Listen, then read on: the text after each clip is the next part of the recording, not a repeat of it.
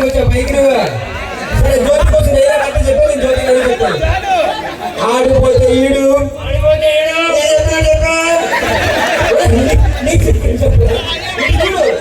కాలు ముందు పెట్టు, ముందు కట్టు.